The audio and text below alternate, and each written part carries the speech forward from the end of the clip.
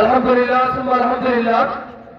আমাদের এই বালছড়ি ইউনিয়নের একজন সূর্য সন্তান এবং গঞ্জকুমারিয়া তৃতীয় মসজিদের সম্মানিত ইমাম ও খতিব, এই নগরের গৌরবময় কৃতি সন্তান হযরত আল্লাহ পাক রব্বুল আলামিন পয়গম্বরকে ডাক দেবেন, পয়গম্বর আমার, যে ব্যক্তিটা আপনাকে নবী মুহাব্বত বানাইয়া আপনার সাথে সম্পর্ক লাগাইছে, আমি আল্লাহ তাকে দুনিয়ার মধ্যে বড় দামি বানাইলাম। হযরত বেলাল রাদিয়াল্লাহু তাআলা আনহুকে পয়গম্বর আমার ডাক দেবে, বেলাল, যদিও দেখতে তুমি কালো, কিন্তু আমি আল্লাহর কাছে তুমি বড় ভালো। ও বেলাল আমার, দেখতেও যদি তুমি বড় কালো, আমি নবী মুহাম্মদের কাছে তুমি বড় ভালো। ও বেলাল, দেখতে যদিও তুমি কালো, কিন্তু তোমার অন্তরটা আমি মালিকের কাছে বড় ভালো। আমার মালিক ডাক দিয়া কয়, নবী আমার, যে ব্যক্তিটা আপনার সাথে সম্পর্ক লাগায়, আমি আল্লাহ পাক রব্বুল আলামিন তার জন্য জান্নাতটাকে ওয়াজিব করে দেই। এর নবীর আশিকের দল, মনটারে বুঝায় দেখো, কয়দিন আর দুনিয়ায় বাহাদুরি করবা। কত বাড়িওয়ালা গাড়িওয়ালা আজকে জমিনের বুক থেকে বিদায়, তুমিও একদিন দুনিয়া ছাইরা যাইবারে ভাই। কি নিয়ে আসলা, কি নিয়ে দুনিয়া থেকে রওনা দিলা? এজন্য আল্লাহ পাক রব্বুল আলামিন বলেন, ও গোলাম, তুমি তোমার যৌবনের পাহাড় দিয়া গুনাহ গুনাহ বানাইছো। আজকে এই যে ইমাম সমাজের উদ্যোগে, এলাকার ছেলেদের উদ্যোগে, এই যে বালুচর ঈদগাহ ময়দানে মাহফিলের মাইকের আওয়াজ যদি তোমার কানে যায়, নিজের জীবনটারে শুধরানোর জন্য তওবার নিয়তে মাদ্রাসার ময়দানে, ঈদগাহ ময়দানে আসো। আল্লাহ পাক রব্বুল আলামিন একে জরিয়া করেও মাফ করে দিতে পারে কি পারে না? এ দুনিয়ার মুসলমান পর্দার আড়ালের মা, কত গুনাহ করছো রে মা, বাজারে যাইয়া যাইয়া নিজের জীবনটারে কাটাইছো। বিপদ শেখায়তের দ্বারা নিজের জীবনটারে নষ্ট করছো।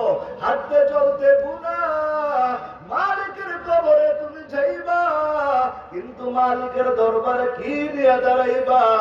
তুমি একটা কথা যদি এই মাহফিল থেকে নিতে পারো, এটাও হবে তোমার জন্য জান্নাতের কারণ। এই জন্য আল্লাহ পাক রব্বুল আলামিন বলেন, আয় দুনিয়ার মুসলমান, আমি আল্লাহর কাছে তুমি অল্প আমল করো, আমি আল্লাহর কাছে বড় দামি, কিন্তু আমলটা হতে হবে নির্ভেজাল, মানুষ দেখানো আমল হবে না। আমি আল্লাহকে খুশি করার জন্য বেলালের মতো যদি তোমার দিলটা হয়, তুমি হতে পারো কালো, কিন্তু তোমার অন্তরটা আমার মালিকের কাছে বড় ভালো। আমার মালিক ডাক দিয়া কয়, ওরে গোলাম, তুই যখন সেজদার মধ্যে যাইয়া আমি মালিকের কাছে কপাল ঠেকাইয়া ডাক দিয়া কও, আল্লাহ সুবহান রাব্বিয়াল আলা, আমার আল্লাহর কুদরতি অন্তরটা খুশি হয়ে যায়। আমার আল্লাহ ফেরেশতাদেরকে বলে, ও আমার ফেরেশতারা, দেখ আমার বান্দা খুশি হইয়া আমার কপালটা আমার জন্য সিজদা জমিনের মধ্যে দেয়। আমি আল্লাহ খুশি হয়ে গেলাম, তার পিছনের সমস্ত গুনাহগুলি মাফ করে দিলাম। আয়ে বেরাদার, জান্নাত দারুল বাকা, বকৌলে রাব্বে খলিলিনা ফিহা মুদ্দাতে উমরে কে দর জান্নাত বাওয়া,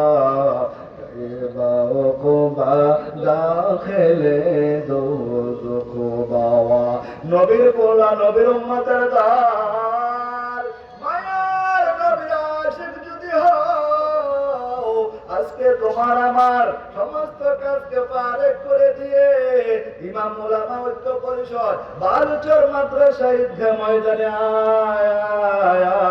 আয়, এমন একদিন তুমি আসতে চাইবা, কিন্তু তোমার আসার সুযোগ হবে না। এরে মুসলমান ইমানদার ও পর্দানেশে আমার মা বোনেরা পায়ের ওপর হাত রাইখা বলে যায়, দিন থাকতে সময় থাকতে সময়টারে কাজে লাগাও। এমন একদিন আসবে রে মা, অনেক কিছু করতে চাইবা, তোমার শরীরে কিন্তু আর কুলাইবে না। এই জন্য আমার মালিক ডাক দেয়া কয়, আয় আয় গোলাম, তোর দরজা কিন্তু আমি আল্লাহ খোলা রাখছি। এখনো কি তোমার সময় হয় নাই? মনটারে বুঝাও বুঝাও, মনটারে বুঝাইয়া দেখো আল্লাহ পাক রব্বুল আলামিন তোমাকে কত একটা বড় হায়াতের জিন্দেগি দিচ্ছে।